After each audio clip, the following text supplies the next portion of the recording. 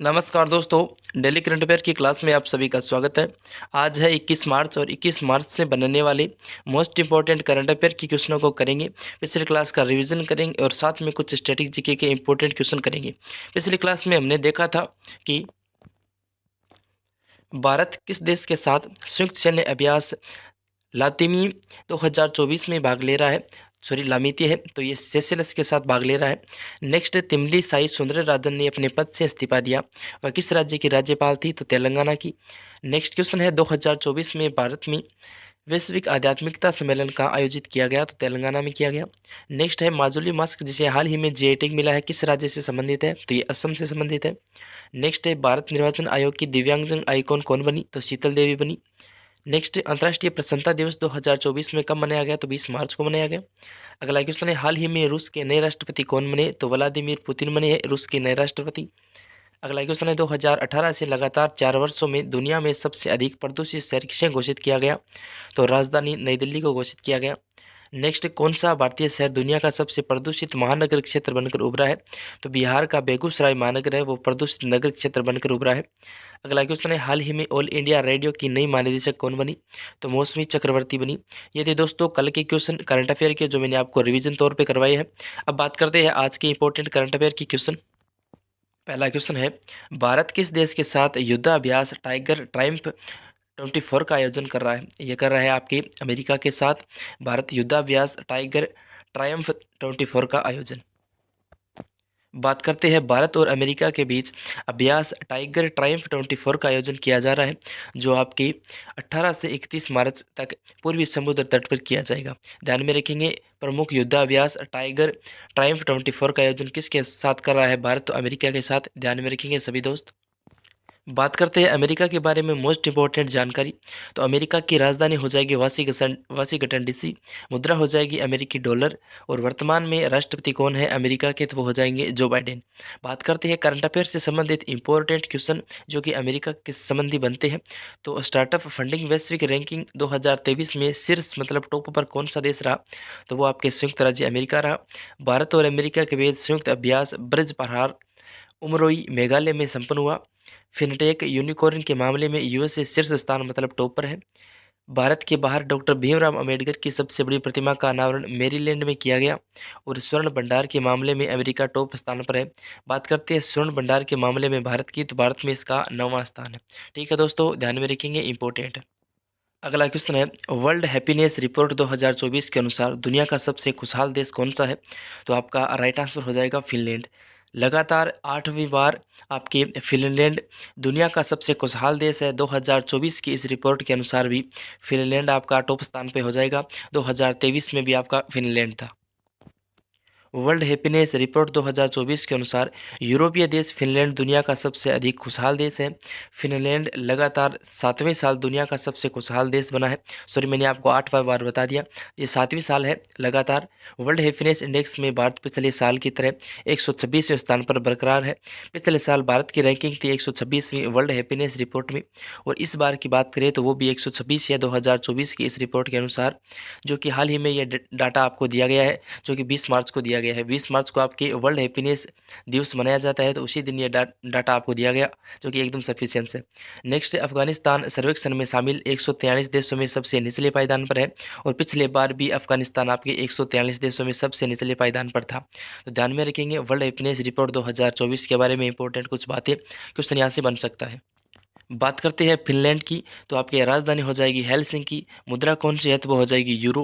वर्तमान में फिनलैंड के राष्ट्रपति कौन है? तो अलेक्जेंडर स्टब है वर्तमान में फिनलैंड के राष्ट्रपति। आपके मैप में देख लेना लोकेशन फिनलैंड की, इंपॉर्टेंट है दोस्तों, ध्यान में रखेंगे। अगला क्वेश्चन है, हाल ही में योडे घोषणा चर्चा में थी, यह निम्न में से किससे संबंधित है? तो आपके योडे घोषणा चर्चा में थी, तो ये आपके मलेरिया रोग से संबंधित है। डी ऑप्शन आपका राइट आंसर हो जाएगा। बात करते हैं, इसके तहत आपके 11 अफ्रीकी देशों के स्वास्थ्य मंत्रियों ने मलेरिया से होने वाली मौतों को खत्म करने का संकल्प लिया। और इस घोषणा का उद्देश्य है स्वास्थ्य बुनियादी ढांचे को मजबूत करना। आपकी ये जो आपको मैंने आपको बताया है, योंडे घोषणा पत्र अफ्रीकी देश कैमरून की राजधानी है योंडे। ठीक है दोस्तों, ध्यान में रखेंगे, इंपॉर्टेंट है।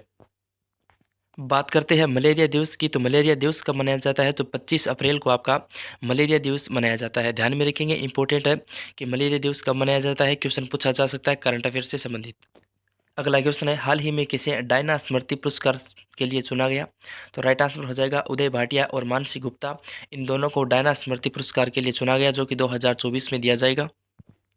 यह पुरस्कार राजकुमारी डायना की स्मृति में प्रतिवर्ष आपके प्रति 2 वर्ष में एक बार दिया जाता है। यह पुरस्कार विश्व के असाधारण युवाओं को उनके सामाजिक कार्य व मानवीय सेवाओं के लिए प्रदान किया जाता है।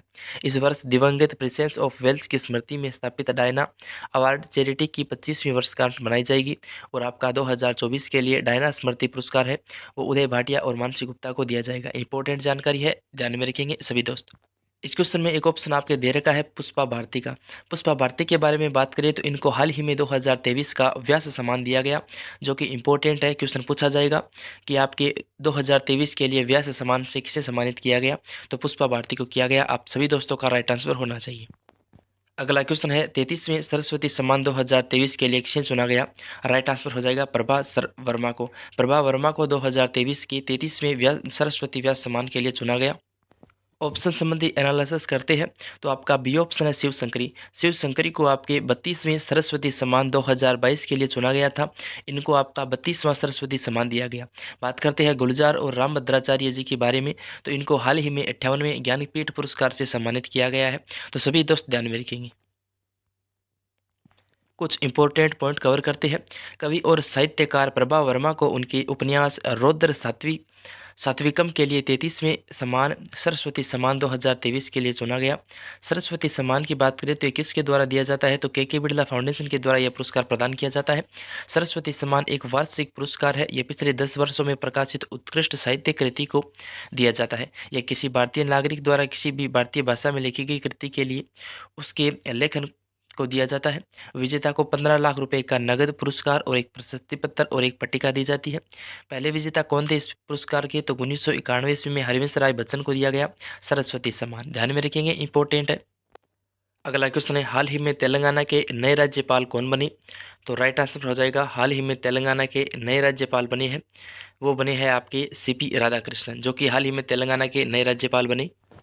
इंपॉर्टेंट पॉइंट को कवर करें तो भारतीय संविधान के आर्टिकल 153 के अनुसार भारत के हर राज्य में एक राज्यपाल होगा। 1956 के 7वें संविधान संशोधन के तहत एक व्यक्ति 2 या 2 से अधिक राज्यों का राज्यपाल बन सकता है। तो ध्यान में रखेंगे किस संविधान संशोधन के तहत एक व्यक्ति 2 या 2 से अधिक राज्यों का राज्यपाल बन सकता है, तो वो आपका हो जाएगा 7वां संविधान संशोधन 1956 का। बात करते हैं राज्यपाल बनने की न्यूनतम आयु की, तो वो हो जाएगी 35 वर्ष। नियुक्ति किसके द्वारा की जाती है? तो आर्टिकल 155 के तहत राष्ट्रपति के द्वारा राज्यपाल की नियुक्ति की जाती है। वही बात करते हैं शपथ की, तो आपके उच्च न्यायालय के मुख्य न्यायाधीश के द्वारा आर्टिकल 159 के तहत शपथ दिलवाई जाती है राज्यपाल को, उच्च न्यायालय के मुख्य न्यायाधीश के द्वारा। ध्यान में रखेंगे, इंपॉर्टेंट है। तेलंगाना के बारे में इंपॉर्टेंट कुछ पॉइंट कवर करते हैं। तो राजधानी हो जाएगी हैदराबाद, मुख्यमंत्री हो जाएंगे रेवंत रेड्डी। स्थापना कब की गई तेलंगाना की? तो 2 जून 2014 को। यहाँ के नेशनल पार्क कौन कौन से हैं? तो कंसु ब्रह्मानंद रेड्डी नेशनल पार्क प्रमुख है। यहाँ की झील है पाकाल झील। बात करते हैं करंट अफेयर के इंपॉर्टेंट क्वेश्चन, जो कि दुनिया का पहला 3D प्रिंटेड मंदिर आपके तेलंगाना में है। रामागुड्डम एनटीपीसी परियोजना का उद्घाटन पीएम मोदी ने तेलंगाना में किया और देश की पहली सोलर रूफ साइकिलिंग ट्रैक आपकी हैदराबाद तेलंगाना में शुरू की गई। ठीक है दोस्तों, इंपॉर्टेंट है, ध्यान में रखेंगे। ऑप्शन एनालिसिस संबंधी इंपॉर्टेंट देखिए तो आपके अब्दुल नज़ीर की बात करें तो ये हो जाएंगे आपके छत्तीसगढ़ के राज्यपाल। वही बात करते हैं मंगूभाई छगन भाई पटेल की, तो ये हो जाएंगे आपके मध्य प्रदेश के राज्यपाल। और बात करते हैं RN रवि की, तो RN रवि तमिलनाडु के राज्यपाल। इंपॉर्टेंट है, चारों ऑप्शन अपने आप में महत्वपूर्ण है, ध्यान में रखेंगे सभी दोस्त। अगला क्वेश्चन है, हाल ही में किस संगठन ने know your candidate app launch किया? इस क्वेश्चन का राइट आंसर हो जाएगा निर्वाचन आयोग। बात करते हैं इंपॉर्टेंट जानकारी। यह ऐप मतदाताओं को यह पता लगाने में सक्षम करेगा कि उनके निर्वाचन क्षेत्र में किसी चुनावी उम्मीदवार का कोई आपराधिक रिकॉर्ड है या नहीं। निर्वाचन आयोग की बात करें तो यह आपके 324 आर्टिकल से 329 आर्टिकल के मध्य आपके भारतीय निर्वाचन आयोग का वर्णन है। वही बात करते हैं निर्वाचन आयोग की स्थापना कब की गई? तो 25 जनवरी 1950 को की गई। मुख्यालय हो जाएगा नई दिल्ली में। आपके निर्वाचन आयुक्त कौन है वर्तमान में? तो राजीव कुमार है। दो हाल ही में आयुक्त किए गए हैं, कौन कौन है वो, करंट अफेयर्स का भी अच्छा क्वेश्चन है। तो सुखवीर सिंह संधू और ज्ञानेश कुमार है जिनको हाल ही में नियुक्ति दी गई है। बात करते हैं इसमें नोट, पैरा तीरंदाजी और अर्जुन पुरस्कार विजेता शीतल देवी भारत निर्वाचन आयोग की राष्ट्रीय दिव्यांगजन आइकॉन बनी है, जो कि कल का एक शानदार करंट अफेयर का क्वेश्चन है। बात करते हैं इंपॉर्टेंट जानकारी नेक्स्ट। अगला क्वेश्चन है, हाल ही में किस देश ने भारत निर्मित डोर्नियर विमान खरीदने के लिए समझौता किया है? तो गुआना के साथ किया है। सी ऑप्शन आपका राइट आंसर हो जाएगा। भारत रक्षा उद्योग कैरिबियाई क्षेत्र तक अपनी पहुंच बढ़ा रहा है। गुआना रक्षा बल ने भारतीय निर्यात आयात बैंक से 23.27 मिलियन डॉलर के ऋण के साथ भारत से 2 विमान खरीदने की योजना बनाई है।